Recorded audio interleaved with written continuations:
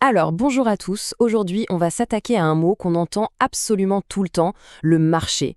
Mais au fond, qu'est-ce que ça veut dire un marché? Eh bien, on va décortiquer ça ensemble, très simplement. C'est parti? Pensez-y une seconde. Cette paire de baskets-là, la toute dernière, celle que tout le monde veut. On a tous connu ça, hein, cette petite envie, parfois même cette obsession pour un objet en particulier.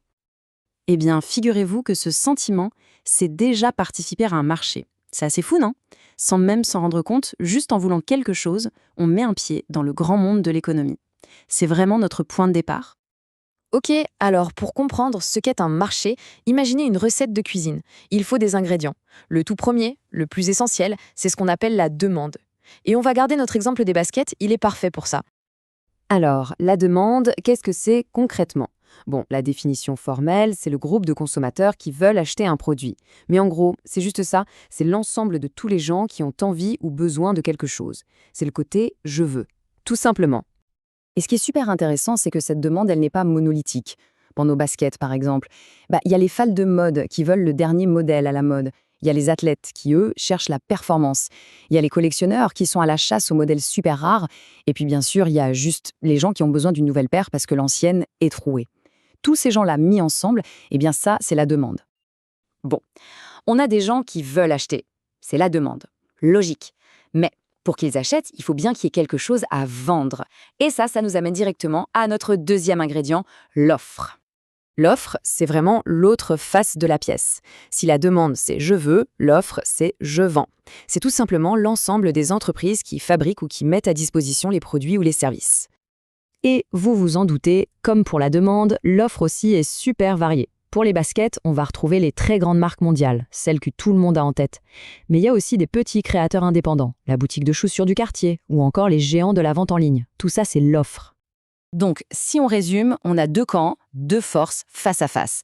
D'un côté, la demande, les gens qui veulent acheter. De l'autre, l'offre, les entreprises qui veulent vendre. La grande question, c'est où est-ce que ces deux-là se rencontrent? Eh bien, la réponse est là. C'est pile à l'intersection de ces deux forces. Le marché, ce n'est pas forcément un endroit physique, comme la place du marché du village. Ça peut l'être, mais c'est surtout ce point de rencontre, parfois complètement virtuel, entre ceux qui veulent et ceux qui vendent. Voilà, c'est vraiment le cœur du réacteur. Le marché, c'est le lieu où les besoins des uns croisent les propositions des autres. Simple nom. Sauf que ce n'est pas tout. Il y a un troisième élément, une sorte de joker qui vient tout chambouler.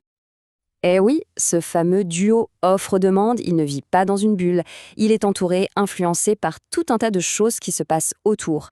Et cet autour, c'est ce qu'on appelle l'environnement. L'environnement, pour faire simple, c'est tout ce qui vient de l'extérieur et qui peut changer la donne pour les acheteurs et les vendeurs. C'est un peu comme les règles du jeu, mais des règles qui peuvent être modifiées sans prévenir. Reprenons nos baskets pour que ce soit bien concret. Par exemple, un facteur économique. Si le pouvoir d'achat baisse, eh bien, les gens achètent moins de baskets. Logique. Un facteur juridique. Imaginez une nouvelle loi qui interdit certains matériaux. Hop, les fabricants doivent tout changer.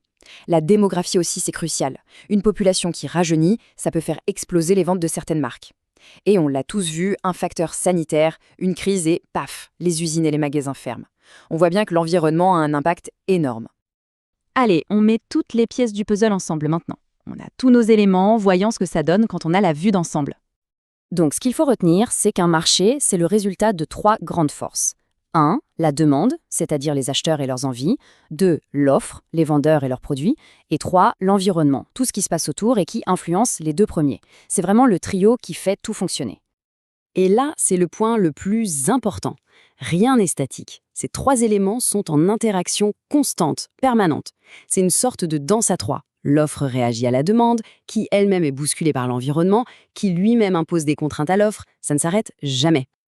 Alors maintenant, la prochaine fois que l'on verra une paire de baskets qui fait le buzz, on pourra se poser les bonnes questions. Qui la veut vraiment? Qui la vend? Et surtout, qu'est-ce qui, dans l'environnement, pourrait tout changer demain? C'est ça, au fond, avoir les clés pour comprendre un marché.